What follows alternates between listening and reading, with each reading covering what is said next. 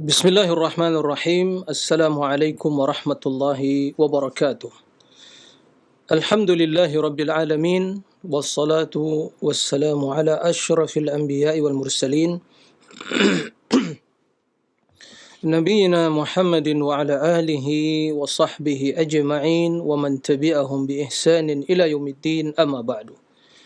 Ikhwatal iman, kaum muslimin dan muslimat, para pemirsa dan juga para pendengar rahimakumullah.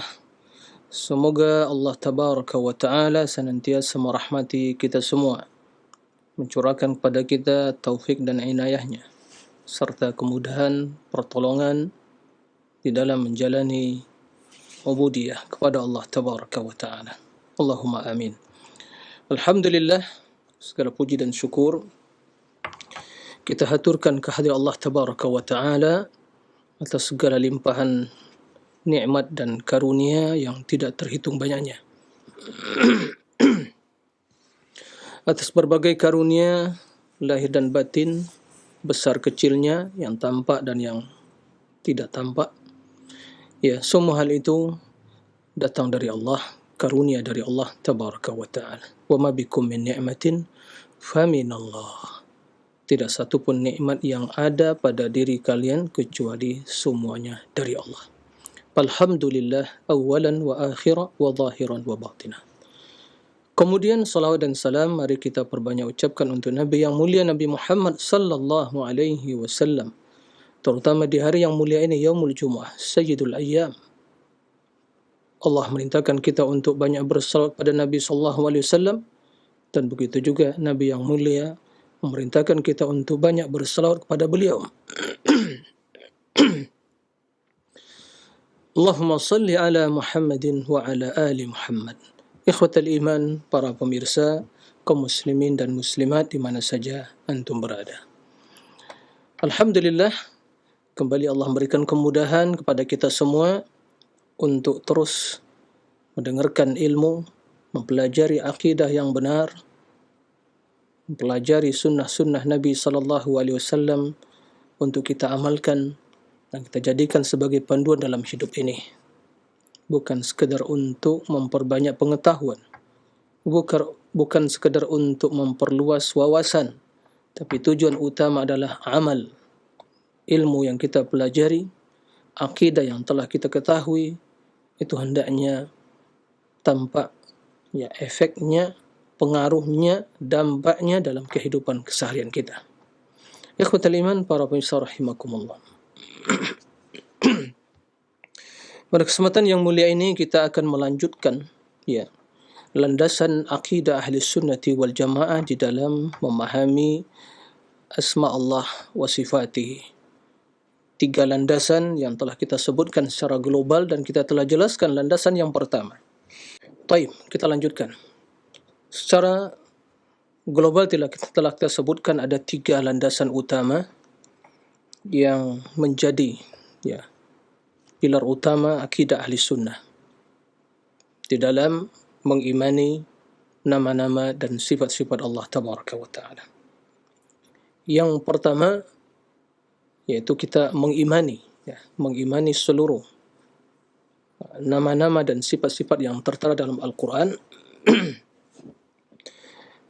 yang telah disebutkan oleh Allah di dalam Al-Quran Al-Karim, dan juga yang telah disampaikan oleh Rasul sallallahu alaihi wasallam dalam hadis-hadis yang sahih, ya, tanpa diselewengkan, ya, tanpa ditakwilkan, ya, sebagaimana istilah ahlul kalam, dan tidak diingkari, ya, ditaktil.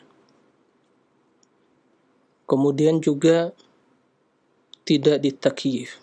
Ya, akan datang pembahasan atau kita jelaskan tentang masalah takyif, ya, menanyakan tentang kaifiyahnya. Nah, semua hal itu wajib kita imani dan kita telah jelaskan dalil-dalilnya, ya, dan itu merupakan konsekuensi iman kita kepada Allah dan kepada Rasulnya. Baik. Kemudian landasan yang kedua adalah ya mensucikan sifat-sifat Allah dari menyerupai sifat makhluk. Dalam redaksi bahasa Arabnya tanzihullah an yushbiha an tushbiha sifatun min sifatihi sifatan min sifati khalqih. Mensucikan Allah, mensucikan sifatnya dari menyerupai salah satu sifat dari sifat-sifat makhluk. Ini landasan yang kedua. Nah, yang ketiga adalah kita tidak memaksakan diri kita dan akal kita untuk mendalami atau mencari, mengetahui hakikat dari sifat. Hakikat dari sifat Allah Tabaraka wa Ta'ala. Kerana hanya demikian itu tertutup dari akal manusia. Ya, demikian itu perkara yang gaib yang tidak akan mungkin bisa direkayasa. Nah, tidak akan mungkin bisa dianalogikan. Ya, tidak akan mungkin bisa dilogikakan. Baik. Sekarang kita ingin menjelaskan landasan yang kedua. Ya. Akidah Ahlussunnah wal Jamaah di dalam menetapkan sifat-sifat Allah yang tertera di dalam Al-Quran dan dalam hadis-hadis yang sahih, mereka meyakini bahawa sifat tersebut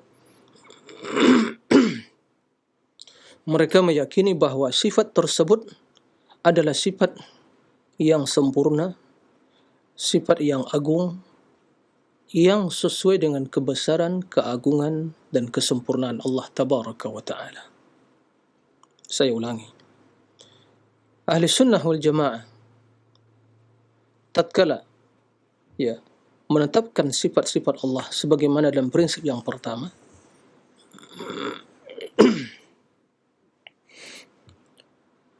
tatkala menetapkan sifat-sifat Allah yang tertera dalam Al-Quran dan yang terdapat dalam hadis-hadis yang sahih, mereka meyakini bahawa sifat-sifat tersebut tidak menyerupai sifat makhluk. Sifat tersebut sesuai dengan kebesaran dan keagungan Allah. Sifat tersebut sesuai dengan kemuliaan Allah, sesuai dengan kebesarannya, keagungannya, kesempurnaannya, kesempurnaan yang mutlak. Karena sifat tersebut dinisbatkan kepada diri Allah,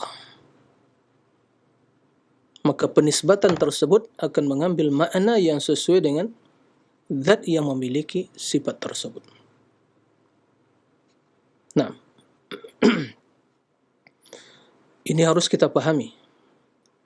Nah, maka semua yang terbesit, yang terlintas dalam benak pikiran kita, yang terbesit dalam hati kita, yang muncul dalam khayalan kita, atau berbagai persepsi negatif tentang Allah, tentang sifat Allah, maka Ahli Sunnati wal Jamaah meyakini bahawa Allah Subhanahu wa Ta'ala Maha suci dari segala bentuk permisalan, percontohan, keserupaan, persepsi yang negatif tersebut, khayalan yang menyimpang tersebut. Nah, Allah Subhanahu wa Ta'ala Maha suci dari hal itu semua. Bila kita memahami hal itu, maka kita akan senantiasa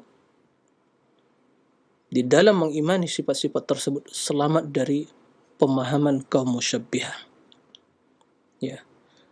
yang konsekuensinya kita akan selamat juga dari pemahaman kaum mu'attilah yang menafikan sifat, yang mengingkari sifat Allah.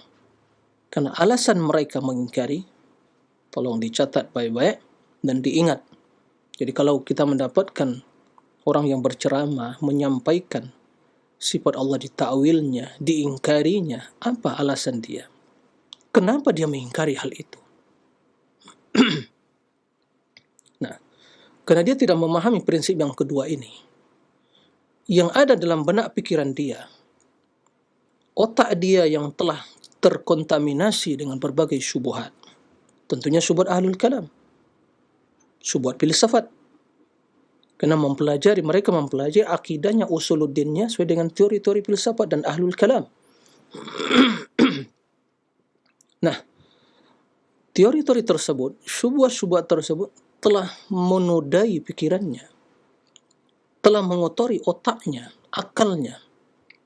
Ya.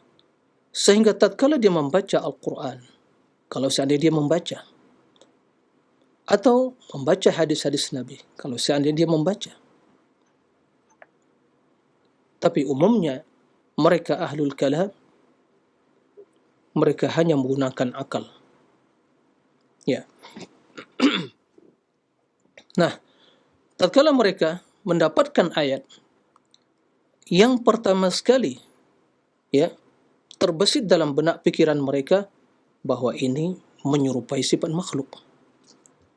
Ya. Ini menyerupai sifat makhluk. Lalu apa yang terjadi?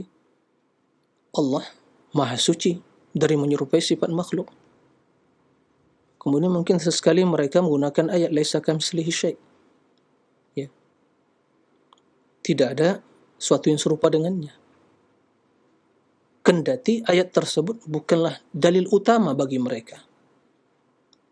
Kendati dalil Al-Quranul Karim dan hadis dalam hal ini bukanlah dalil utama bagi ahlul kalam. Saya ulangi lagi. Kendati Al-Quran dan hadis bukan dalil utama bagi mereka. Dalil utama bagi mereka akal. Akan tetapi, tatkala mereka melihat dengan akalnya, oh ini ayat ini sepertinya mendukung pendapat kita. Ya, laisa kamitslihi syai'. Mereka ingin mensucikan Allah. Ya, digunakan ayat tadi, laisa kamitslihi syai'. Benar.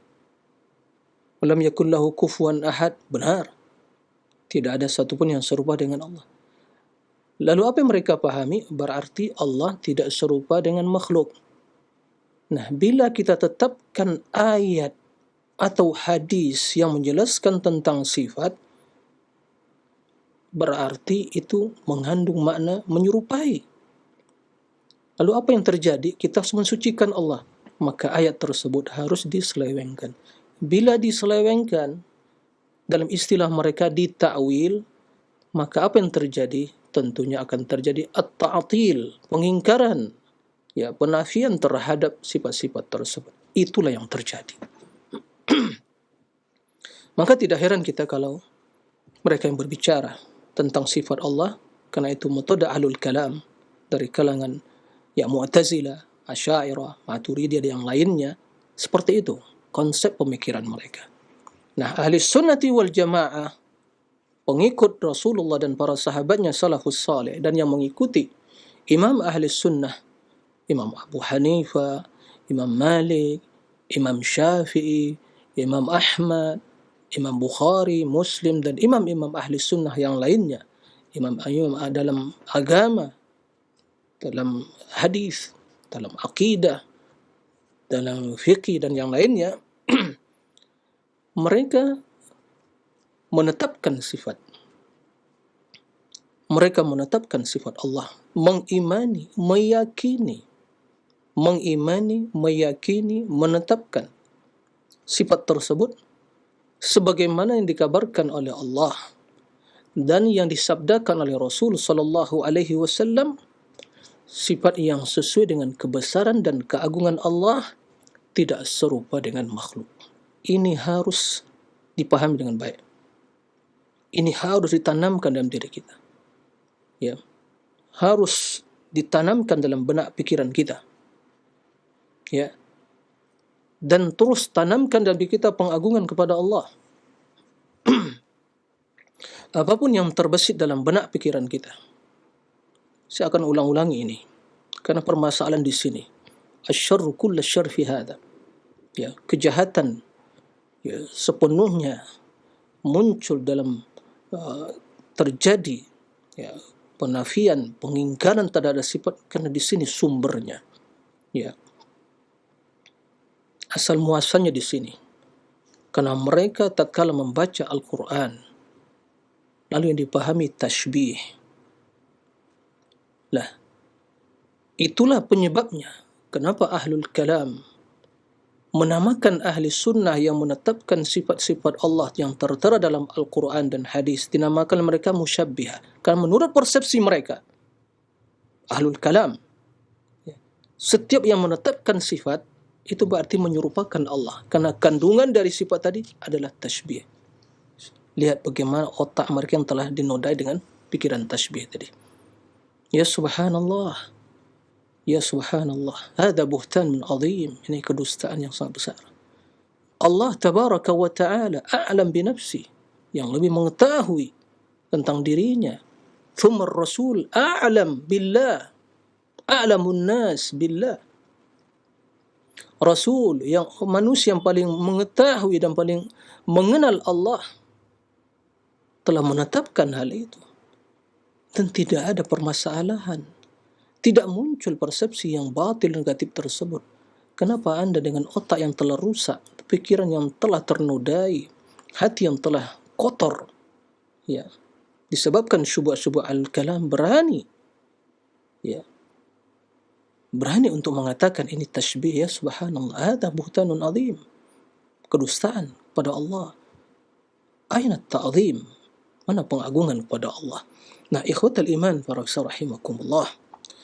Oleh kerana itu, prinsip yang kedua, akidah ahli-sunnah yang kedua adalah menetapkan sifat dan mensucikan sifat Allah dari menyerupai sifat makhluk.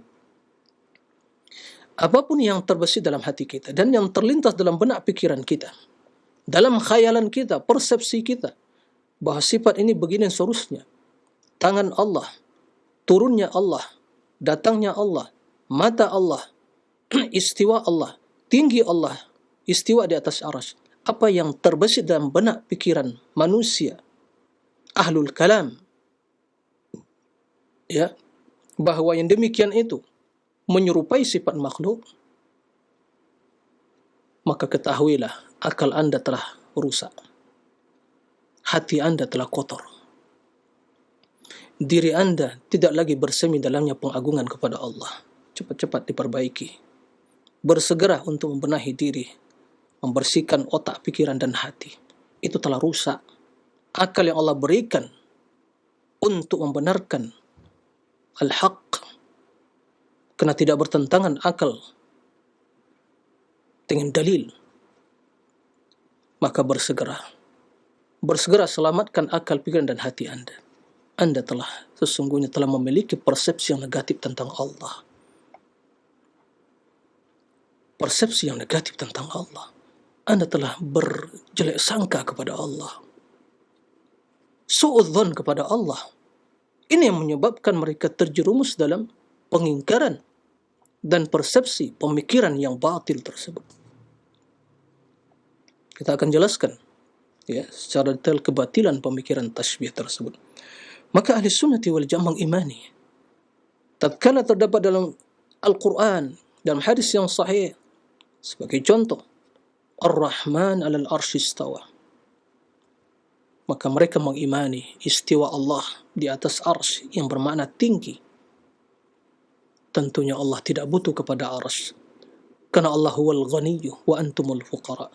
Wal ghaniyyul hamid, Allah maha kaya, Allah maha besar, Allah maha agung, Allah maha perkasa, Allah yang memiliki seluruh kesempurnaan dan kebesaran keagungan.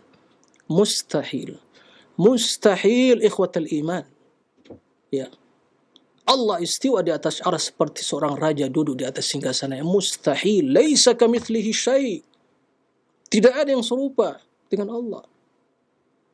Nah, semua hal itu sesuai dengan kebesaran dan keagungannya. Dalam 7 ayat dalam Al-Quran, yang dalam 7 ayat tersebut, catat baik-baik, dalam 7 ayat tersebut, semua dengan redaksi thumma istawa 'alal arsy, dalam surah At-Taha, Ar-Rahman 'alal arsy istawa. Itu semua ayat, 7 ayat tersebut dalam konteks, ya, dalam konteks penjelasan tentang kebesaran dan keagungan Allah, itu rububiyah Allah, penciptaan langit dan bumi, Allah yang menguasai kerajaan langit dan bumi, ya. Kemudian disebutkan istawa 'alal arsy. InsyaAllah akan kita khususkan pembahasan yang spesial tentang kita baca ayat tersebut, kita pahami tentang keagungan kebesaran Allah Tabaraka wa Ta'ala. Bi'idznillah. Tapi bukan sekarang pembahasannya. Nah, ahli sunnati wal jamaah mengatakan, na'am, Allah istiwa alal arsy. Allah yang mengabarkan. Kita tetapkan, kita imani, kita yakini. Na'am.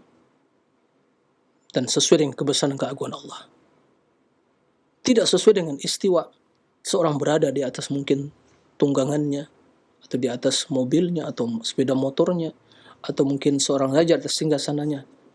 Ya, maha suci Allah dari seluruh persepsi, khayalan, pemahaman yang negatif tersebut. Nah, prinsip yang kedua ini, ikhwatal iman, ya, sungguh telah terdapat dalam Al-Quran dalil yang menjelaskan tentang kebenarannya. Semua dalil-dalil yang menjelaskan tentang kesempurnaan Allah. Ya, dan secara khusus Allah menyebutkan bahawa tiada satu pun, seorang pun dari makhluk yang menyerupai dirinya. Itu semua dalil yang menjelaskan tentang prinsip dasar yang kedua ini. Apa itu?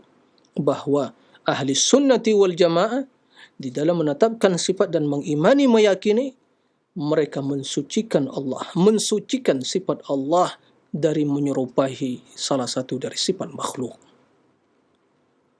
Naam, tanzihullah an musyabahati al-makhluqin, mensucikan Allah dari menyerupai makhluknya.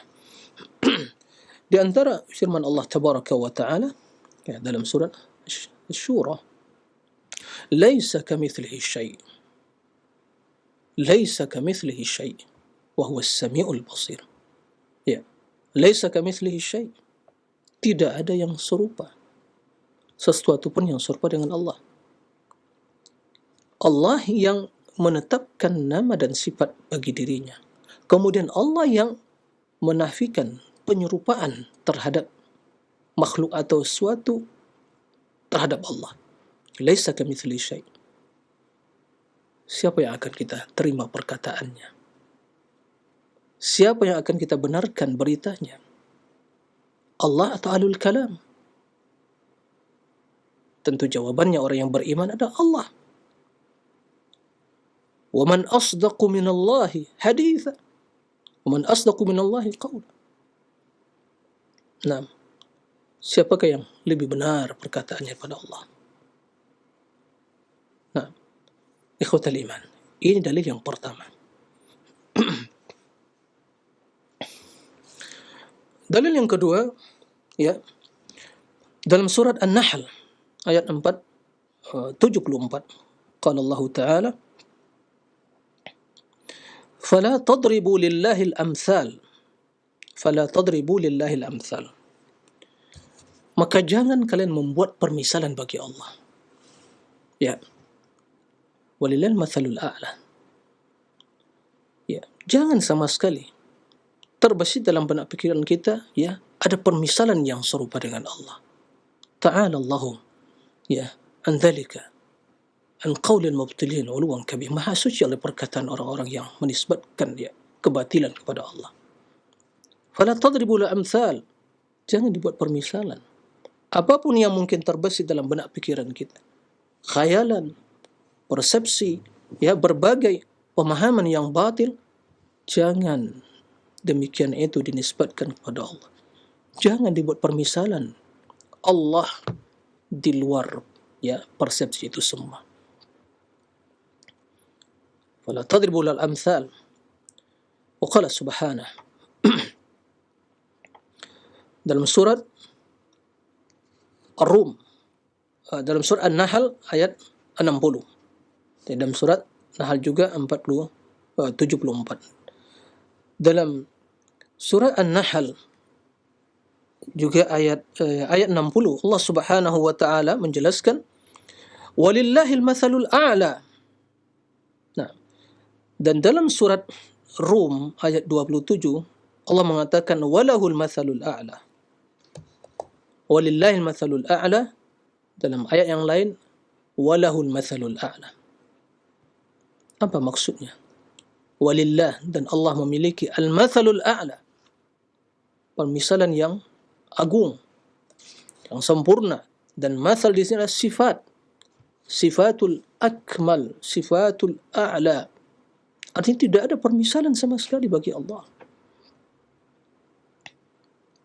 Ya. Maka segala apa yang kita persepsikan dari berbagai makna atau sifat-sifat yang mulia, yang sempurna, yang agung, maka Allah di atas itu semua. Ini namanya dalam bahasa Arab qiyasul aula. Analogi, menganalogikan, atau analogi atau qiyas yang bisa digunakan pada Allah al-aula, yaitu yang lebih utama. Maksudnya apa? Segala kemuliaan dan keagungan yang kita saksikan, yang kita lihat dalam kehidupan manusia dan makhluk, maka Allah Subhanahu wa ta'ala lebih agung, lebih mulia dari itu semua. Karena kemuliaan tersebut siapa yang memberikan, yang mengkaruniakan? Allah. Tentu yang mengkaruniakan. Tentu yang mengkaruniakan kemuliaan itu lebih berhak memiliki kemuliaan dan keagungan tersebut. InsyaAllah bisa dipahami. Yang memberikan kemuliaan Allah. Yang memberikan keagungan Allah. Yang memberikan kesempurnaan, kendati dalam manusia tentunya relatif ya. Itu semua siapa yang memberikan? Allah. Tentunya Allah zat yang mengkaruniakan semua kemuliaan, keagungan dan kebesaran itu lebih berhak untuk memiliki. Ini namanya qiyasul aula. Diambil dari firman Allah, walillahil mathalul a'la, atau walahul mathalul a'la, atau firman Allah mathalul a'la. Tentu ini semua menafikan persepsi ahlul kalam bahawa bila ditetapkan sifat berarti itu tashbih. Itu tashbih, kata mereka. Ya subhanallah, akal siapa yang telah rusak? Kenapa kita katakan demikian? Karena mustahil Al-Quran mengandung kebatilan. Mustahil hadis Nabi yang sahih mengandung juga kesesatan. Maka dalam hal ini tentu yang bermasalah adalah akal manusia yang singkat, rusak, telah ternodai dengan filsafat, dengan ahlul kalam, dan berbagai syubhat-syubhat. Karena yang dibaca kitab-kitab syubhat, bukan Al-Quran, bukan hadis Nabi SAW. Baik. Di dalam ayat lain, dalam surat Maryam, Allah Subhanahu wa ta'ala menjelaskan, hal ta'lamu lahu samiyah? Hal ta'lamu lahu samiyah? Apakah engkau mengetahui bagi Allah samiyah, yaitu permisalan, nid dan tandingan? Ini pertanyaan ingkari, pertanyaan dengan redaksi pengingkaran. Tentu jawabannya tidak ada. Rabbus samawati wal ardi wa ma bainahuma fa'budhu wastabir li ibadati hal ta'lamu lahu samiyya. Rabbus samawati wal ardi wa ma bainahuma fa'budhu. Rabb langit dan bumi dan apa yang ada di antara keduanya. Fa'budhu, ibadatilah dia, karena itu yang berhak diibadati. Lalu dia memiliki kesempurnaan, tidak ada tandingan baginya. Hal ta'lamu lahu samiyya? Apakah engkau mengetahui ada tandingan bagi Allah yang menyerupai Allah? Tidak ada. Karena dia yang menciptakan langit dan bumi, dan dia yang maha sempurna, tidak ada tandingan baginya karena memiliki sifat-sifat yang sempurna, maka dialah ilah yang berhak diibadati. Makanya fa'budhu wastabir li ibadati. Fa'budhu, ibadatilah Allah dan bersabar dalam beribadah kepadanya. Kemudian ayat, dan kita semua hafal insyaallah, surah Al-Ikhlas. Qul huwallahu ahad, Allahus samad, lam yalid wa lam yulad wa lam yakul lahu kufuwan ahad. Qul huwallahu ahad. Katakanlah Allah yang ahad, Maha Esa. Dalam segala hal. Keesaan Allah Subhanahu wa taala dalam nama-nama dan sifatnya, di dalam ubudiyah dan rububiyah Allah, perbuatan Allah. Artinya tidak ada yang menyerupai Allah. Allah yang Maha Esa. Ya. Bukankah ahlul kalam menamakan sebagai sifat al-wahdaniyah?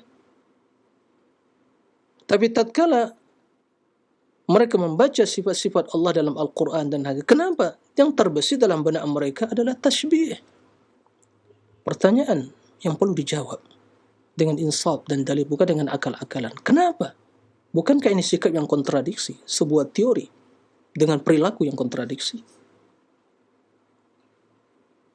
Ya, didoktrinkan wahdaniyah. Ya. Tapi tatkala membaca ayat tentang sifat-sifat Allah, kenapa yang terbesit dalam benak pikiran itu tasbih menyerupai sifat makhluk? Sampai sekarang saya tidak bisa memberikan alasan kenapa. Apa yang terjadi? Itu kan sikap kontradiksi, dan di antara bentuk kebatilan atau bukti kebatilan suatu pernyataan dan sebuah teori atau akidah terjadinya kontradiksi. Ya, tadad. Ini sebagai bukti suatu kebatilan. Bila kita ingin mengetahui suatu kebatilan, aliran, pemahaman, keyakinan dan akidah, bahwa perhatikan, bila terjadi kontradiksi antara sebuah teori dengan kenyataan dan keyakinannya, itu sebuah kebatilan tadi. Kenapa? Karena Allah mengatakan tentang Al-Quran, walau kana min indi ghairillah lawajadu fi ikhtilafan katsira. Seandainya Al-Quran ini datang dari selain Allah, turun dari selain Allah, tentu kalian akan mendapatkan pertentangan, kontradiksi yang banyak di dalamnya. Tapi hakikatnya tidak terdapat satupun kontradiksi atau pertentangan dalam Al-Quran. Ini membuktikan kepada kita bahwa sesuatu yang datang dari selain Allah dan Rasul yang maksum, yang berbicara dengan wahyu, sesuatu yang datang dari selain Allah dan dari selain Rasul yang berbicara dengan wahyu, yantiqu bima yuha ilaih, la yantiqu anil hawa, yang tidak berbicara dengan hawa nafsunya, tapi hanya dengan wahyu yang turunkan kepadanya, maka pasti akan terjadi dalam yang demikian itu pertentangan yang banyak sekali. Lihat berbagai pemikiran manusia, pendapat manusia, teori-teori ahlul kalam, filsafat, pemikiran dan dunia ini, banyak sekali pertentangan. Kenapa? Karena bukan datang dari Allah, hasil rekayasa akal mereka, hasil pemikiran mereka yang telah rusak, hati yang telah kotor dengan syubhat. Apa yang terjadi? Ikhtilafan katsira, pertentangan yang sangat banyak sekali. Famadza ba'da al-haqqi illa ad-dhalal? Maka tiada lagi setelah kebenaran kecuali kebatilan. Ikhwatal iman, para rahimakumullah.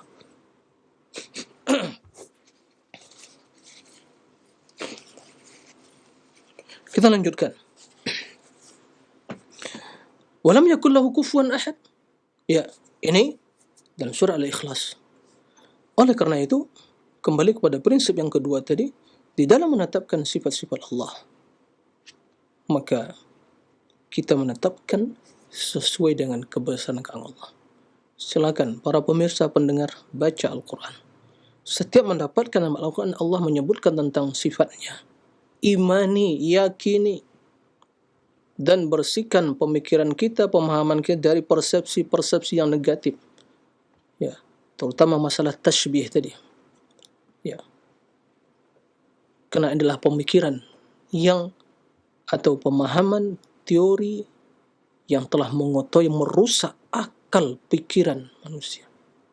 Ahlul kalam di sini, inilah penyebab utama terjadi berbagai pengingkaran terhadap sifat-sifat Allah. Yang anehnya, demikian itu dinisbatkan kepada ahli sunnah. Ini yang sangat mengherankan kita. Kebatilan dinisbatkan kepada ahlul haq. Ahlul haq dinisbatkan kepada kebatilan. Ya. Dengan segala kedustaan dinisbatkan kepada ahli sunnah, mereka musyabbihah. Ya. Mereka mujassimah. Ya subhanallah, pahamkah kita apa maksud musyabbihah? Apa maksud mujassimah? Musyabbihah itu adalah yang menyerupakan sifat Allah dengan sifat makhluk. Mujassimah itu, ya ini istilah mereka, kena jisim yang berbentuk. Allah tidak memiliki jisim. Berarti kalau kita tetapkan sifat, berarti Allah punya jisim. Berarti yang menetapkan mujassimah, kata mereka. Ini yang selalu didengung-dengungkan. Ya. Ini sudah disampaikan kepada orang awam. Ya. Yang mereka sungguhnya masih lurus fitrahnya. Tapi syubhat ditanamkan. Kita telah jelaskan tadi, ya, bahawa seluruh makna yang terbesit dalam benak pikiran kita, persepsi dan khayalan tentang sifat Allah menyerupai makhluk, tashbih itu semua adalah batil sebatil-batilnya. Allah Maha Suci, Allah Maha Besar, Allah Maha Agung, Maha Sempurna. Maka dari sini jelaslah kebatilan pernyataan yang mengatakan kalau ditetapkan sifat, kalau ditetapkan Allah istiwa sebagaimana tertera dalam ayat secara tekstual, secara zahirnya, berarti kita menyerupakan Allah dengan makhluk. Karena bayangan dia, kalau raja istawa ala arsyihi, di atas singgasananya, berarti raja itu lebih kecil dari arasnya. Kalau seorang duduk atau menunggangi untanya atau mungkin himarnya, keledainya, kalau jatuh keledainya atau untanya, dia akan jatuh. Begitu juga mungkin menaiki atau menderaki apa namanya itu, menunggangi atau menaiki kendaraan, sepeda motor atau mobil, berarti dia butuh pada mobil. Kemudian bila itu jatuh, berarti dia akan ikut jatuh. Itu yang dibayangkan dalam benak pikiran dia. Ya subhanallah, Allah Maha Suci, Allah Maha Mulia, Allah Maha Agung, Allah Maha Sempurna. Ya, dari hal itu semua. Nah, ikhwatal iman, para rahimakumullah. Maka prinsip yang kedua ini, ikhwatal iman, ya, itu prinsip yang akan menjelaskan kebenaran akidah ahli sunnah dan di waktu yang sama juga menjelaskan ya kebatilan akidah mu'attilah dan musyabbihah. Kenapa ini menjelaskan kebatilan mu'attilah? Karena sebagaimana kita jelaskan tadi, asal usul ya pengingkaran terhadap sifat Allah. Karena mereka memahami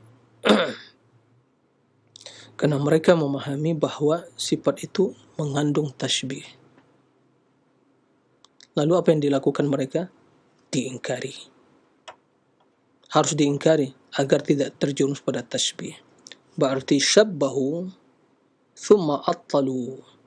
Mereka menyerupakan kemudian mengingkari. Itu yang terjadi. Sementara Allah mengatakan laisa kamitslihi syai' wa huwas samiul basir. Tidak ada yang serupa, satupun yang serupa dengan dengan Allah. Wa huwas samiul basir. Allah yang Maha mendengar, Allah yang Maha melihat. Berarti di sini menafikan dan menetapkan. Allah menafikan tashbih dari dirinya dan menetapkan sifat bagi dirinya. Jelas sekali. Mana yang kita terima? Silakan dipilih. Kita menerima ayat Allah atau akidah ahlul kalam yang hanya berlandaskan akal semata. Silakan para pemirsa dan para pendengar pilih sendiri. Ya. Baik. Di antara hal yang menjelaskan ya kebatilan tashbih dan kebenaran akidah ahli sunnah bahawa mereka dalam mengimani sifat, yaitu sifat yang selamat dari makna menyerupai sifat makhluk, ya ditinjau dari tinjauan akal yang sehat, ya. Logika yang sehat itu juga ya, kalau mereka katanya menggunakan akal, logika, tapi logika yang rusak. Nah, kita gunakan logika yang sehat. kita bantah logika dengan logika yang sehat. Ya. Maka dalam hal ini kita katakan bahwa akal telah memahami. Sungguh, ya, telah terjadi atau terdapat perbedaan. Ya, perbedaan. Perbedaan antara apa? Allah dengan makhluk, antara Khaliq wal makhluk. Khaliq, sang pencipta, Allah Rabbul Alamin. Makhluk, ya kita semua ini, makhluk dan yang lainnya. Ya. Akal yang sehat memahami bahwa perbedaan, ya, antara Allah sang pencipta dan manusia sebagai makhluk sungguh, ya, hal yang dipahami, tidak akan bisa dipungkiri. Barang siapa yang memungkiri hal itu berarti orang yang tidak mungkin bisa kita ajak berbicara, karena akalnya telah rusak. Ya. Perlu mendapatkan, ya, perawatan yang intensif, ya, kepada rumah sakit jiwa, karena akalnya telah rusak. Kalau dia mengatakan, oh enggak, sama, ya ini jelas secara akal tidak bisa diterima. Nah,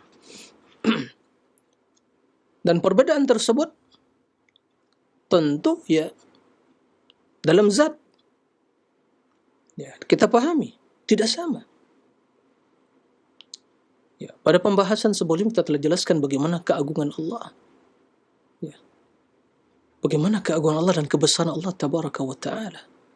Ya. Yang kita pahami dari kebesaran dan keagungan ciptaan Allah. Bagaimana kita menjelaskan perbandingan antara langit, bumi dibandingkan dengan kursi, dan kursi dibandingkan dengan aras, dan aras makhluk yang paling besar. Ya. Dan Allah tentu lebih besar dari makhluknya. Selalu kita ucapkan Allahu Akbar. Ya. Itu yang kita ucapkan dalam solat kita. Ya. Lalu ucapan tersebut, ya, tatkala kita bicara tentang sifat, kemana pergi ucapan itu? Sehingga yang kita pahami, yang terbesit dalam benak pikiran kita, Allah menyerupai sifat Allah, menyerupai sifat makhluk. Zat Allah tidak sama dengan zat makhluk. Bahkan antara makhluk saya tidak sama. Yang akan kita jelaskan pada poin yang kedua. Nah, bila kita mengetahui perbedaan, ya, perbedaan yang begitu besar, perbedaan yang begitu nyata antara zat Allah yang menciptakan makhluk alam semesta ini, antara zat makhluk yang diciptakan, yang dari tiada menjadi ada dan akan fana, ya, akal memahami seperti itu. Bila itu terjadi perbedaan tentang zatnya, maka tentu juga akan terjadi perbedaan dalam apa? Dalam sifatnya. Itu akal yang sehat memahami seperti itu. Ya. Bila zatnya berbeda, pasti sifatnya berbeda. Nah, maka sifat masing-masing dari zat itu sesuai dengan zat tersebut. Maka sifat Allah sesuai dengan kebesaran zatnya, keagungannya, kemuliaannya. Dan sifat makhluk manusia sesuai dengan kelemahannya, keterbatasannya, ya, kekurangannya, dan seluruh makna kekurangan yang ada pada makhluk tersebut. Contoh, kama yaqul, ya, orang Arab mengatakan bil mithal yattadihul maqal. Dengan contoh itu akan semakin jelas suatu pernyataan. Saya akan berikan satu contoh. Kita memahami bahwa semut, ya, dharrah atau namlah dalam bahasa Arabnya, semut kecil, ya, dia bisa, ya, mengumpulkan makanan, menarik makanan, sisa makanan tadi, kerjasama dengan, ya, teman-temannya. Berarti semut itu mempunyai kuwah, kekuatan. Kita sepakat? Nah, sepakat kita. Semut memiliki kekuatan. Dia bisa menarik sisa makanan tadi. Ya, sisa makanan dikumpulkan, dibawa ke sarangnya, dan dia kerjasama dengan juga teman-temannya. Taib. Berarti dia punya kekuatan. Taib. Gajah ya punya kekuatan dan bisa ya mencabut ya atau ya menarik sesuatu yang berat dan mengangkat sesuatu atau bahkan mencopot ya tanaman yang begitu kokoh. Nah, mengangkat sesuatu yang berat. Samakah zat ya, fisik gajah dengan semut? Tidak sama. Maka secara otomatis kekuatan gajah tidak akan sama dengan kekuatan semut. Kekuatan semut tidak akan sama dengan kekuatan gajah. Sama-sama kekuatan kuat. Itu dalam apa? Perbedaan dalam ciptaan, dalam makhluk. Taib. Maka kekuatan gajah sesuai dengan fisiknya. Kekuatan semut sesuai dengan fisiknya. Perbedaan yang dipahami setiap orang yang berakal. Kalau ada yang mengatakan enggak sama, berarti enggak bisa ditetapkan gajah bagi ditetapkan kekuatan bagi semut. Nanti kalau semut punya kekuatan berarti sama dengan gajah. Jika ada yang berlogika seperti itu, kita tanya, Anda masih waras atau sudah sakit? Ya.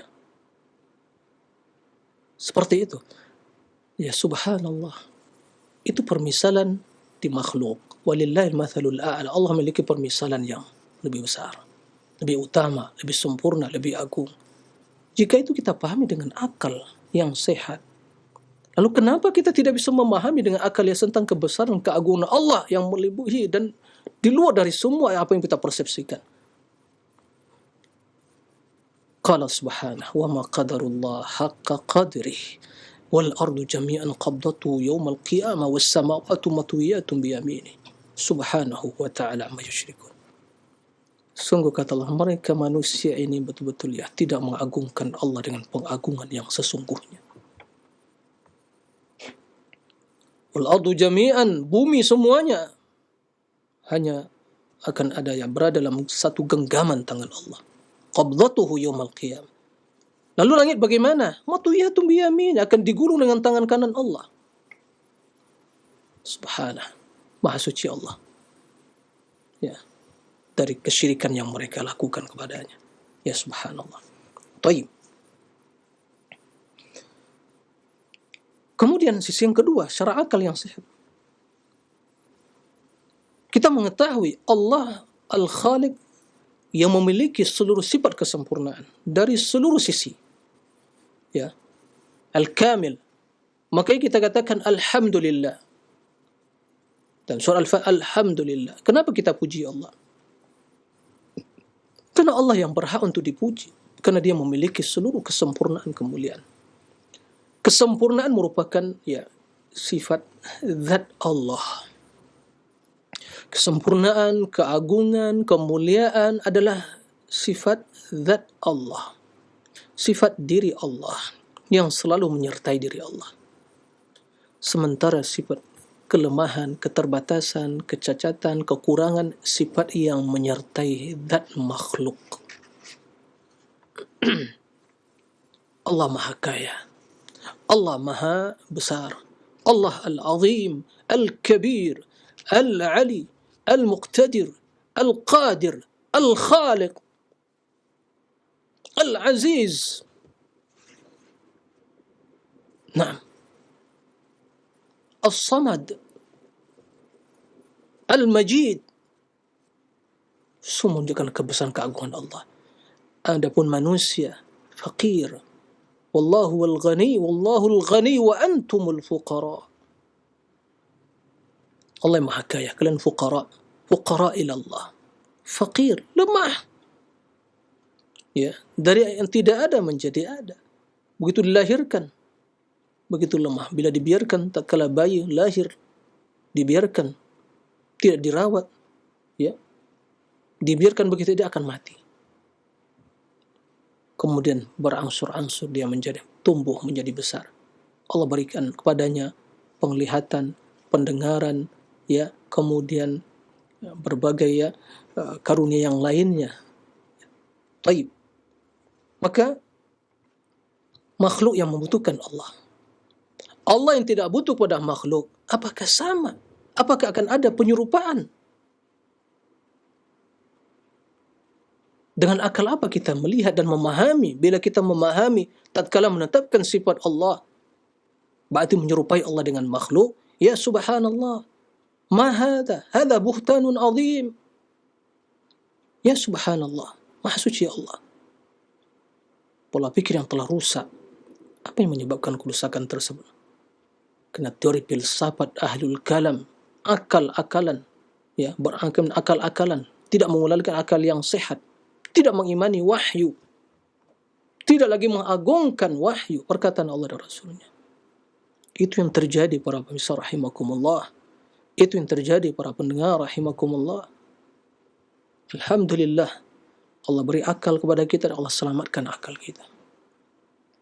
Naam, Allah berikan hati kepada kita, Allah sucikan hati kita. Alhamdulillah, syukur kepada Allah.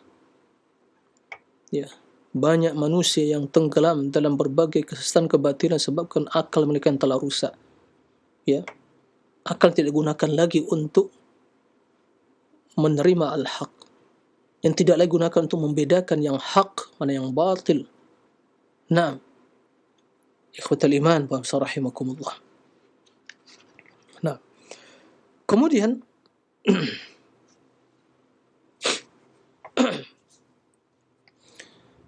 secara akal kita memahami juga, ya, karena terkadang kita harus berbicara dengan mereka secara akal yang sehat. Ayat disuguhkan gak diterima, ditakwil. Hadis sampaikan gak diterima, hadis ahad, tidak mutawatir, hadisnya ya tidak mengandung makna yang bisa diyakini. Ya subhanallah. Lalu apa lagi bisa diterima? Taib, kita juga akan akal yang sehat kepada mereka. Kita katakan, kita memahami secara akal. Banyak hal-hal yang sama dalam istilah dan penamaan. Ya. Yang sama dalam istilah dan penamaan. Makhluk. Ya. Tapi hakikatnya berbeda. Apakah dengan sekedar terjadinya kesamaan dalam nama dan istilah berarti hakikatnya sama? Pertanyaannya, apakah sekedar terjadi, ya, sekadar terjadi kesamaan dalam nama dan istilah berarti sama hakikatnya? Orang yang berakal mengatakan tidak seperti itu. Tidak mesti. Namanya sama, tapi hakikatnya berbeda. Ya. Sebagai contoh, Allah yang ciptakan nanti di akhirat, dalam surga, ada madu. Sungai dari madu. Kan begitu. Berbagai buah-buahan. Ya, ada berbagai minuman. Ada susu. Ada madu, ada khamar, ada air. Ya. Mathalu jannati allati wu'idal muttaqun. Fiha anharum min ma'in ghairi asin wa anharum min labanin lam yataghayyar ta'muh wa anharum min khamrin ladzatin lisyaribin wa anharum min asalin musaffa. Dalam surga ada, ya, janji Allah, ada air yang bersih, jernih, yang kemudian susu yang tidak berubah rasanya dan warnanya, kemudian juga khamar yang tidak memabukkan, kemudian madu yang madu murni. Sama-sama, ya, susu, dunia ada susu, ada air. Madu ada di dunia madu juga, sama namanya. Taib. Kemudian juga khamar yang memabukkan, sama namanya. Berbagai buah-buahan ada di dunia, sama namanya. Apakah kita akan mengatakan, oh berarti sama hakikat buah yang di dunia dengan buah di akhirat dalam surga? Akal yang sama tidak sama. Wa utubihi mutasyabiha. Jahanya tasyabuh. Kata Ibnu Abbas, hanya itu penamaan saja, tapi hakikatnya berbeda. Jika ini dua, ya, perbandingan antara makhluk, yang satu di surga akhirat, yang satu di dunia, tidak sama. Ya, itu antara makhluk. Lalu bagaimana dengan Allah, Sang Pencipta, Al-Khaliq yang menciptakan dunia dan akhirat? Ya, tentu tidak akan sama. Maka barang siapa memahami tatkala menetapkan sifat bagi Allah berarti menyerupakan Allah dengan makhluk, ya subhanallah, kemana akal Anda? Ya, tolong dicek kembali akalnya. Ya, datang, pergi ke rumah sakit jiwa, cek lagi akalnya apakah masih waras, apakah masih sehat. Tatkala yang berpersepsi yang negatif kepada Allah, ya, ini kejahatan sungguhnya kepada Allah yang sungguh besar. Ya, tatkala membaca ayat Al-Quran tentang sifat, persepsinya adalah tashbih. Nah, maka dalam hal ini kaidahnya ittifaqu fil asma la yalzam min ittifaq fil haqiqah. Ini kaidah ahli sunnah. Kesamaan dari sisi nama bukan berarti sama dalam hakikatnya. Kesamaan dari sisi makna, dari sisi nama, kesamaan dari sisi nama bukan berarti sama hakikatnya. Contoh saja, ya, kita mempunyai HP yang mereknya mungkin Samsung, sama-sama Samsung. Yang satu Samsung juga, satu Samsung juga. Tapi apakah sama yang mungkinnya A8 atau mungkin ya 10 dan apa gitu ya, yang mungkin produk yang terakhir sama, namanya sama, Samsung juga, produk yang sama, Samsung, tapi ini beda. Maka dia mengatakan enggak, ya sama, berarti kan sama-sama Samsung. Ya subhanallah, ini A8, ini mungkin ya ya 10 plus berapa begitu. Nah, enggak sama, akhirnya enggak sama. Nah, kendati juga Android sama juga ya, sistem digunakan, tapi ada fitur-fitur yang berbeda kelengkapannya. Lah, sama namanya tapi berbeda. Ya. Dan silakan dilihat di alam semesta yang sama namanya tapi berbeda. Manusia sama namanya, ada yang Muhammad. Berapa banyak yang namanya Muhammad di dunia ini? Ya. Muhammad Rasul kita sallallahu alaihi wasallam. Ya. Banyak nama Muhammad. Ya. Yang berbicara juga namanya Muhammad juga. Tapi kah sama? Enggak. Banyak Muhammad. Oh, Sirudin Muhammad, banyak sekali. Apakah sama? Enggak sama. Jadi kalau seorang mengatakan, kena sama, istawa alal arsh, istawa al-malik alal arsh, sama istiwa, berarti sama hakikatnya, sehingga harus dinafikan, diingkari, diselewengkan. Ya subhanallah. Ya, dengan akal yang bagaimana seorang berbicara dengan perkataan dan pernyataan seperti itu. Ikhwatal iman, rahimakumullah. Oleh karena itu, bersyukur kita.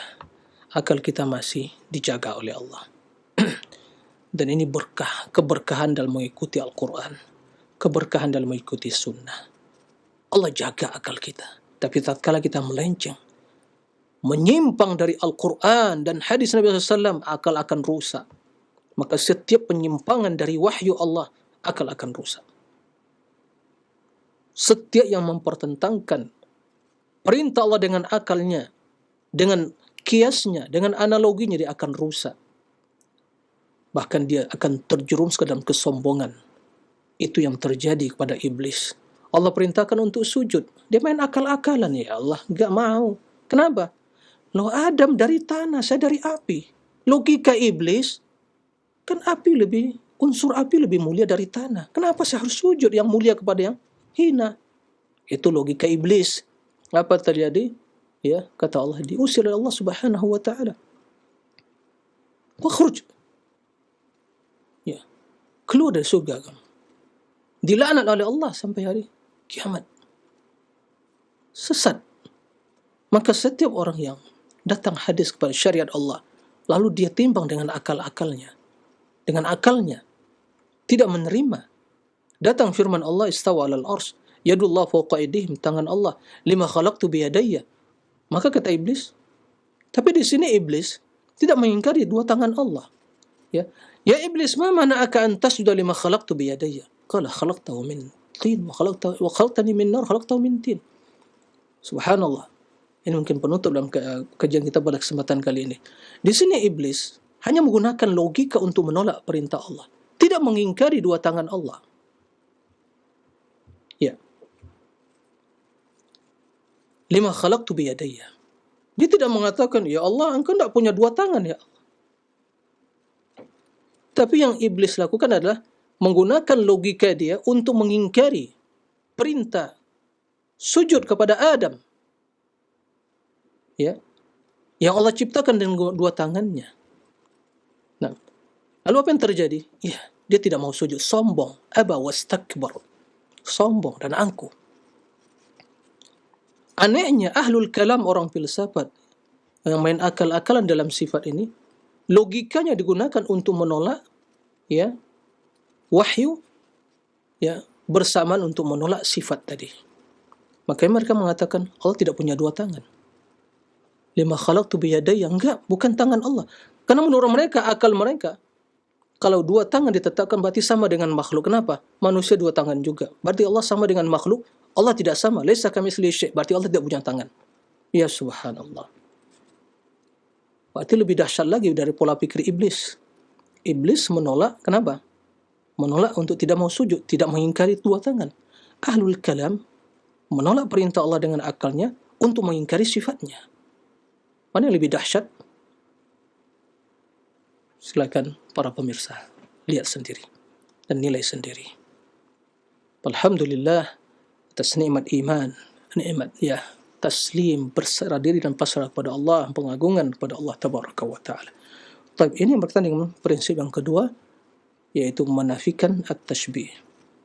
Dalam menetapkan sifat Allah tabaraka wa taala, kita harus membersihkan pikiran kita, mensucikan hati kita dari persepsi-persepsi negatif tentang Allah, yaitu persepsi yang mengandung penyerupaan sifat Allah dengan sifat makhluk. Laisa kamitslihi syai' wa huwas samiul basir. Tiada yang serupa suatu yang dengan Allah, dan Allah Maha Sami', yaitu Maha mendengar, wal basir, dan Maha melihat. Demikian, waffaqana Allah li kulli khairin wa razaqana husnal ittiba' di sunnatin Nabi sallallahu alaihi wasallam. Allahumma amin. Wallahu a'lam. Baik, syukran jazakallahu khair atas materi yang telah disampaikan oleh Al-Ustaz di kesempatan pagi hari ini, yang mudah-mudahan bermanfaat untuk kita semua. Dan selanjutnya kami buka sesi interaktif, sesi soal jawab bagi Anda para pemirsa ataupun pendengar yang ingin bertanya perihal pembahasan kita di kesempatan pagi hari ini mengenai asma wa sifat. Silahkan Anda bisa mengirimkannya di nomor layanan pesan singkat, dan alhamdulillah sudah ada beberapa pertanyaan yang masuk di kesempatan pagi hari ini. Yang pertama, Ustadz, ada pertanyaan dari Bapak Ahmad Siregar di Labusel. Assalamualaikum warahmatullahi wabarakatuh. Ya Ustadz, benarkah kalam Allah itu tidak berhuruf dan tidak bersuara? Mohon penjelasan Ustadz. Syukran jazakallahu khairan. Baik, terima kasih. Di antara sifat yang Allah tetapkan bagi dirinya, bahwa Allah memiliki kalam. Bahkan sifat ini termasuk sifat yang ditetapkan oleh kaum Asy'ariyah. Ya. Kalam. Kan ada 7 sifat yang mereka tetapkan, sifat makna. Ya. Sifat al-ma'ani. Hayat, iradah, qudrah, sama', al-sam'u, al-basar, al-ilmu, al-kalam. Ya. Kalam. Allah berbicara. Dan kalam Allah sesuai dengan kebesaran keagungannya. Yang bila Allah berbicara, ya, malaikat yang mendengar perkataan Allah menjadi pingsan. Ya, menjadi pingsan. Jatuh, pingsan. Tak sadar diri. Ini mereka bangkit. Naam. Kemudian bila Allah berbicara di akhirat kelak, di padang mahsyar semua mendengar. Ya. Semua makhluk dikumpulkan di padang mahsyar. Ya. Mendengar perkataan Allah, dan di antara perkataan al-kalamullah Al-Quranul Karim. Jadi Allah memiliki sifat kalam. Ya, wa kallamallahu Musa taklima. Wa kallamallahu Musa taklima. Ini jelas tidak bisa lagi ditakwil ini. Wa kallamallahu Musa taklima. Allah yang langsung berbicara kepada Musa. Allah mendengar, Musa mendengar perkataan Allah. Ya. Allah mengatakan, "Innani ana Allah fa'budni wa aqimis salata lidzikri." Musa mendengar. Falamma ataha nudiya ya Musa. Naam, inni ana rabbuka fakhla'na 'alaik innaka bil wadil muqaddasi tuwa. Jadi Allah yang berbicara kepada Musa, Musa mendengar. Baik. Qala subhanahu wa in ahadu minal musyrikin istajaraka fa'ajirhu hatta yasma'a kalam Allah. Jadi, bila ada seorang kaum musyrikin ingin minta pembelaan atau keselamatan darimu, maka selamatkan dia. Ya. Beri jaminan keselamatan dia sampai dia mendengar kalam Allah. Jadi Allah berbicara dalam Al-Quran. Qala Allah. Ya. Dalam hadis qudsi Rasul mengatakan qala subhana. Jadi Allah berbicara kalam. Nah, kita akan bahas ini secara khusus tentang kalam karena pembahasan ini juga terjadi penyimpangan. Bahkan sebagian ulama mengatakan kenapa ahlul kalam namakan ahlul kalam? Karena yang mereka membicarakan masalah sifat kalam ini dengan hal-hal yang batil. Taib, akidah Ahlussunnah wal Jamaah. Bahkan sebelum saya menjelaskan akidah Ahlussunnah, saya ingin bertanya kepada kita. Secara bahasa, pakar bahasa di dunia ini ya mengatakan atau mereka pernyataan bahwa kalam, perkataan itu, apa yang dimaksud dengan perkataan? Apakah yang terbesit dalam hati itu perkataan? Itu bisikan. Perkataan itu berarti ada hurufnya. Ya, didengar. Ada suara. Maka itu perkataan dia. Nah, perkataan dia. Bahkan tatkala ditulis perkataannya ada hurufnya. Ya. Itu pakar bahasa sedunia itu ijma mereka seperti itu. Ya. Bahkan dalam ilmu nahwu juga jelaskan kalam itu lafzun mufidun.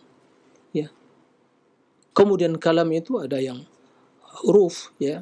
Ada yang fi'il. Kan begitu? Jadi kalam secara bahasanya adalah yang ada hurufnya dan juga yang didengar, yusma. Adapun yang terbesit dalam hati itu belum bukan kalam, perkataan hati kendati, tapi bukan itu yang dimaksud perkataan dalam istilah ahli bahasa. Ya, bisikan hati. Maka seorang tidak diazab oleh Allah karena bisikan semata. Baru bila dia ucapkan, dia akan diazab. Ya. Taib. Bila kita pahami hakikat kalam, maka kalam adalah sifat Allah. Kalam sifat Allah. Ya. Dan kalam menurut ahli sunnati wal jamaah, bila ditinjau dari asal kalam bagi Allah, maka ini azali. Berarti sifat tersebut, sifat kalam itu telah ada pada diri Allah. Ya, ini asal kalam yang ada menyertai diri Allah. Tapi Allah Subhanahu wa taala berbicara kapan saja, dengan siapa saja, dengan bahasa apa saja, sesuai dengan kebesaran keagungannya. Maka Allah berbicara kepada Adam. Naam. Allah bicara kepada Adam. Ya. Tatkala Allah ciptakan Adam, ya Adam, ya. Hati ini iblis. Ya. Iblis ini aduul lak wa li zawjik, musuhmu dan musuh istrimu. Hati-hati. Jangan dekati. Wala taqraba hadhihi syajarah. Jangan dekati kedua pohon tersebut. Allah berbicara kepada Nuh. Allah bicara kepada nabi yang lain, Nabi Ibrahim, kepada Musa, namakan kalimullah. Ya. Allah bicara kepada Isa, ya Isa, anta qulta lin-nas ittakhiduni wa ummi ilahaini min duni. Wahai Isa, engkau yang mengajarkan kepada manusia untuk menjadikan diri engkau dan juga ibumu sebagai ilah Tuhan. Allah berbicara kepada nabinya. Ya, Allah mendengar. Rasulullah SAW mendengar perkataan Allah. Nah, dan Allah langsung berbicara. Al-Quran, kalamullah, dan Jibril mendengar perkataan tersebut. Kemudian Jibril menyampaikan Al-Quran sebagaimana yang didengar dari Allah. Kemudian Rasul menyampaikan Al-Quran. Ya. Nah, Nabi SAW bicara kepada Allah, mendengar perkataannya di waktu Isra dan Mi'raj. Diperintahkan oleh Allah untuk salat 5 waktu. Jadi, lalu apakah perkataan tersebut dengan huruf ataunya perkataan istilah nafsi? Ahli sunnati wal jamaah mengimani bahwa perkataan itu dengan huruf dan suara, biharfin wa saut. Nah, cukup sampai itu? Iya, harf wa saut.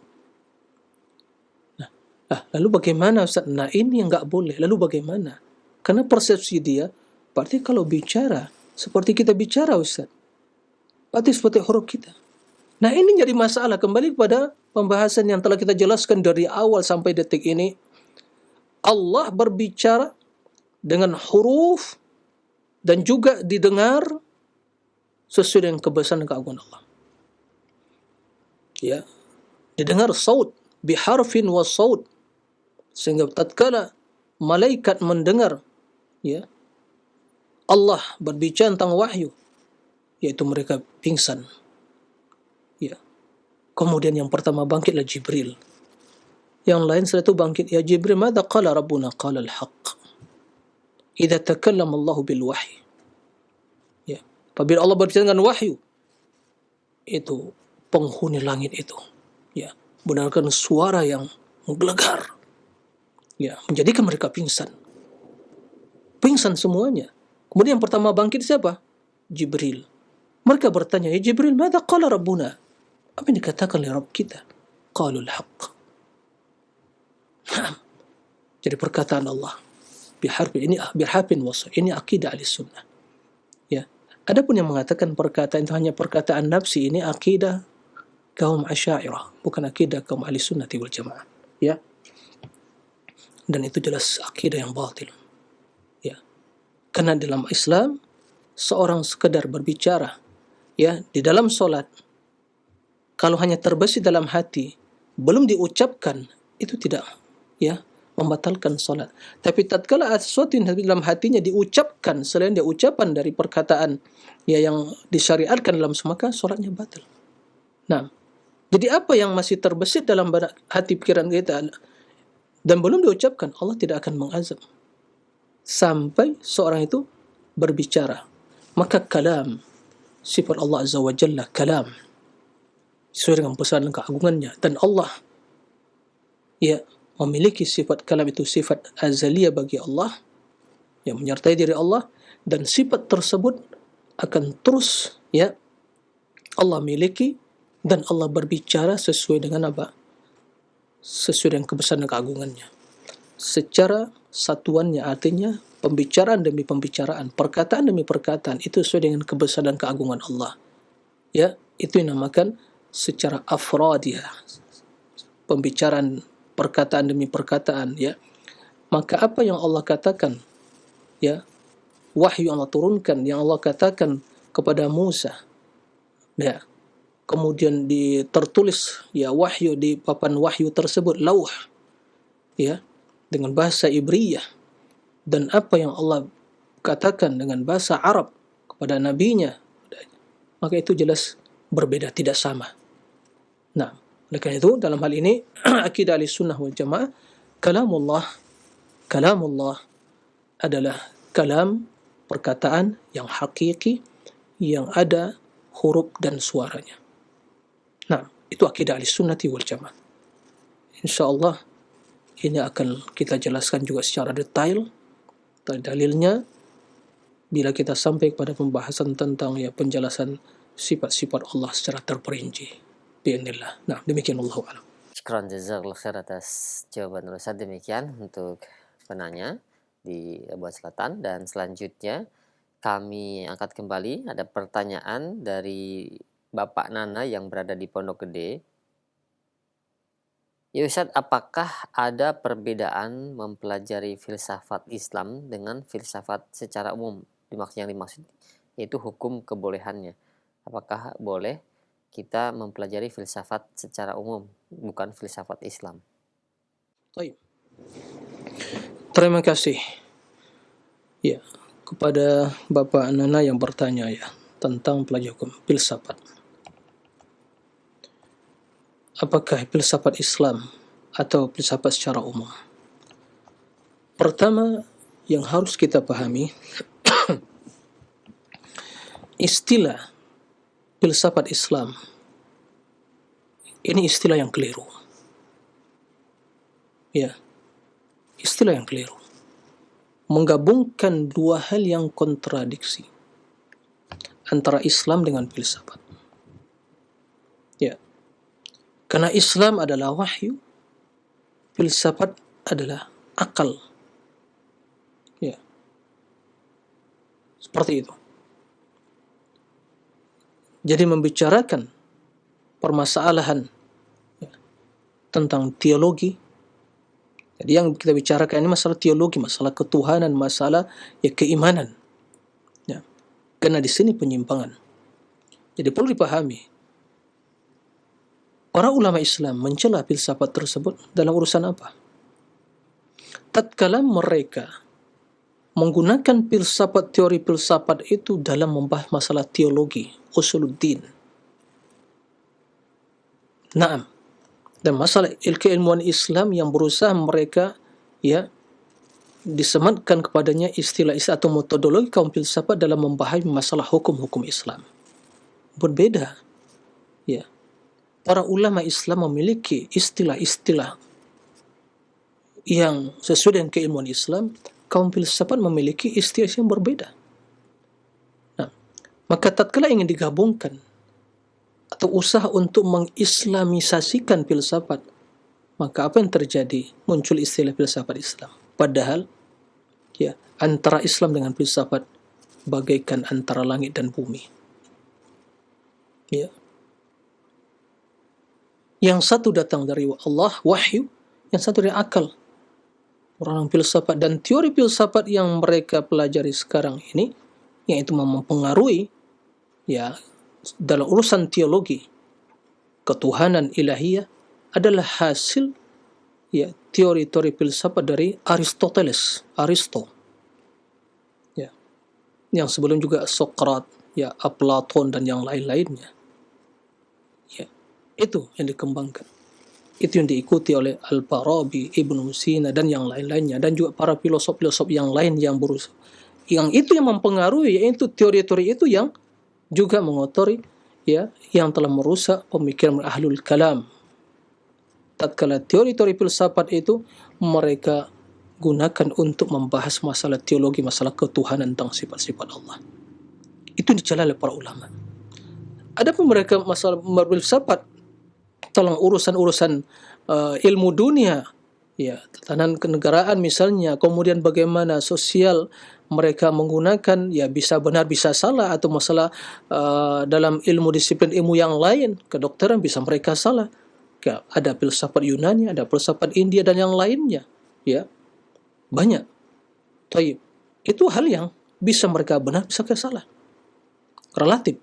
Tapi tatkala teori-teori filsafat ya yang diadopsi oleh ahlul kalam, tatkala diterjemahkan, terjadi ya proses penterjemahan, transfer ilmu filsafat kepada ilmu Islam tadi, diterjemahkan di zaman Ma'mun, dinasti Ma'mun, ya, khilafah Abbasiyah, dan itu yang dipelajari dan itu yang diajarkan.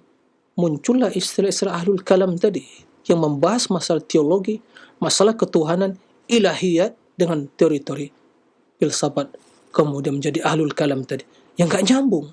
Apa yang terjadi? Kesesatan, pengingkaran terhadap sifat, pentakwilan dan seterusnya, karena main akal-akalan. Itu yang terjadi. Maka dalam hal itu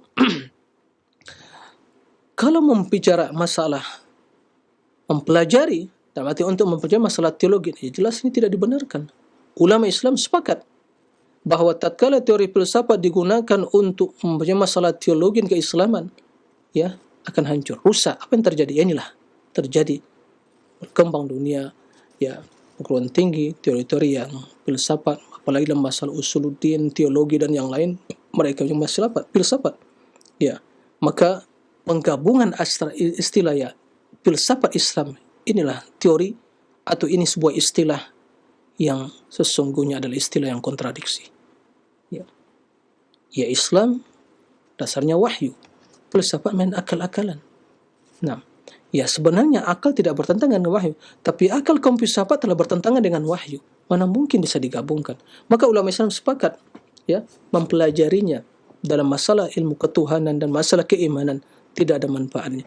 Orang yang cerdas ya tidak membutuhkan, apalagi orang yang jahil ya sampai yang akan menimbulkannya keraguan. Maka apa yang terjadi? Orang-orang ahlul kalam itu orang yang kebimbangan, ragu di akhir hayat mereka. Terbukti banyak dari tokoh-tokoh mereka yang ya di akhir kehidupan perjalanan hidupnya apa? Dirundung keraguan, syak war raib, enggak tahu apa yang diyakini tentang Allah tabaraka wa taala. Nah, oleh karena itu jelas tinggalkan hal seperti itu. Belajar Al-Qur'an dah cukup. Qala Allah wa qala Rasul. Ya, masalah teologi, masalah keutuhanan ini. Nah, dah cukup. Dan juga telah cukup dengan ilmu para ulama kita. Ya. Ulama-ulama Islam madzhabul arba'ah. Mereka tidak main filsafat-filsafat seperti itu. Karena mereka menggunakan akal yang sehat dalam beristinbat, beristidlal. Tapi tidak menggunakan teori-teori filsafat dalam mengkaji ilmu Islam. Nah, oleh karena itu, ikhwatul iman, kaum muslimin, kalau kita ingin belajar Islam, belajar dari Al-Quran dan Sunnah. Jangan pelajari dari teori filsafat ahlul kalam, kemudian yang diadopsi oleh orang orientalis, kemudian itu mereka tentang studi Islam, ya, diadopsi berbagai pemikiran ahlul kalam tadi, kemudian jadikan sebuah disiplin ilmu tentang studi Islam yang dipelajari hanya teori-teori semata, bagaimana ya mentakwil, bagaimana menolak dan seterusnya, mengkritisi hadis dan Al-Quran, tapi yang dipelajari tentang Islam, ya, terjadi studi, pelajaran, tapi yang Islam ini tidak dipelajari, karena sumber pembelajaran mereka bukan Al-Quran dan Sunnah. Dan itu yang mempengaruhi ya sebagian kampus-kampus dunia Islam ya akidahnya tidak bersumber kepada Al-Quran dan hadis, bersumber kepada teori-teori ahlul kalam yang telah diadopsi dari filsafat tadi. Nah, ini yang menjadi pemajaga dalam hal ini ya, orang yang cerdas tidak butuh pada itu, apalagi orang yang awam. Pelajari akidah ya dari Al-Quran. Oleh karena itu para ulama Islam sepakat keharaman dalam mempelajari filsafat dan menggunakannya dalam ilmu-ilmu teologi seperti itu. Adapun dalam masalah ilmu umum, teori-teori, ya bisa benar bisa salah. Ya, bisa benar bisa salah. Ya, sebagaimana akal mereka, ya manusia, filsafatnya kaum India dan juga filsafat Yunani dan yang lainnya bisa benar bisa salah manusia. Ya, filsafat Aristoteles, Sokrat, Platon dan yang lainnya, ya bisa benar bisa salah. Tapi tatkala mereka bicara tentang masalah teologi, 100% salahnya. Tatkala mereka bicara tentang masalah teologi, 100% salahnya. Karena intinya menurut filsafat, Allah itu wujud mutlak. Mutlak arti wujud, tidak ada sifat sama sekali. Kalau kita ingin bertanya, wujud yang tidak ada sifatnya, apakah ada suatu yang wujud ada tidak ada sifatnya? Apapun yang ada, makhluk, wujud, ada, pasti ada sifat. Lalu bagaimana dengan khaliqul wujud, yang menciptakan yang ada, mujibul wujud, kata mereka yang sudah ada, yang azali, abadi, masa tidak memiliki sifat? Ya, itulah ya hasil dari kisah akidah orang-orang filsafat tentang Allah tabaraka wa ta'ala. Jadi, tinggalkan hal itu. Ingin selamat, tinggalkan.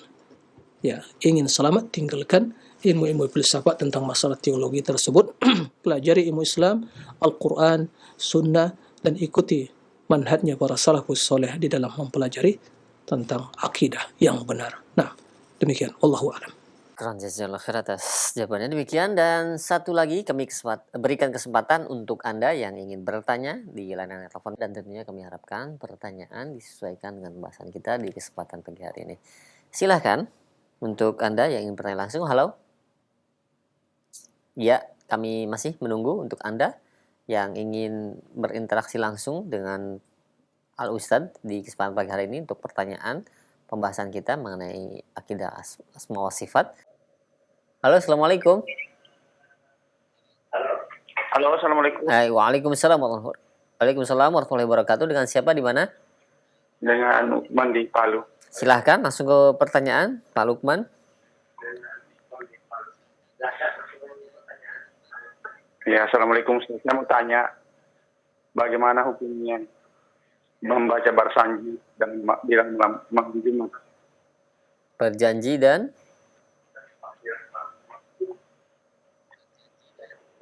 hukum bersanji, bagaimana hukumnya?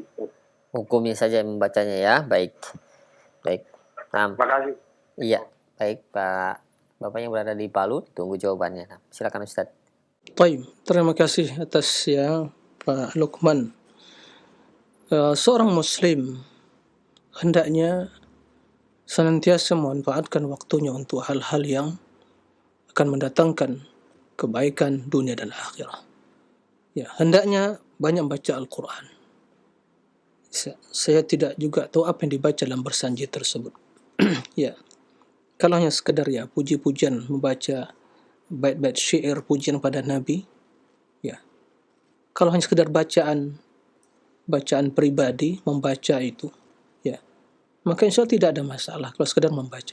Tapi kalau menjadikan sebuah ritual, ya, haruslah mungkin dengan bacaan puji-pujian, dan terkadang puji-pujian tersebut mengandung makna-makna yang melebihi atau mengangkat Nabi dari derajat beliau sebagai Nabi, ya, kemudian menjadikan sebagai rutinitas, ya, itu harus dilakukan.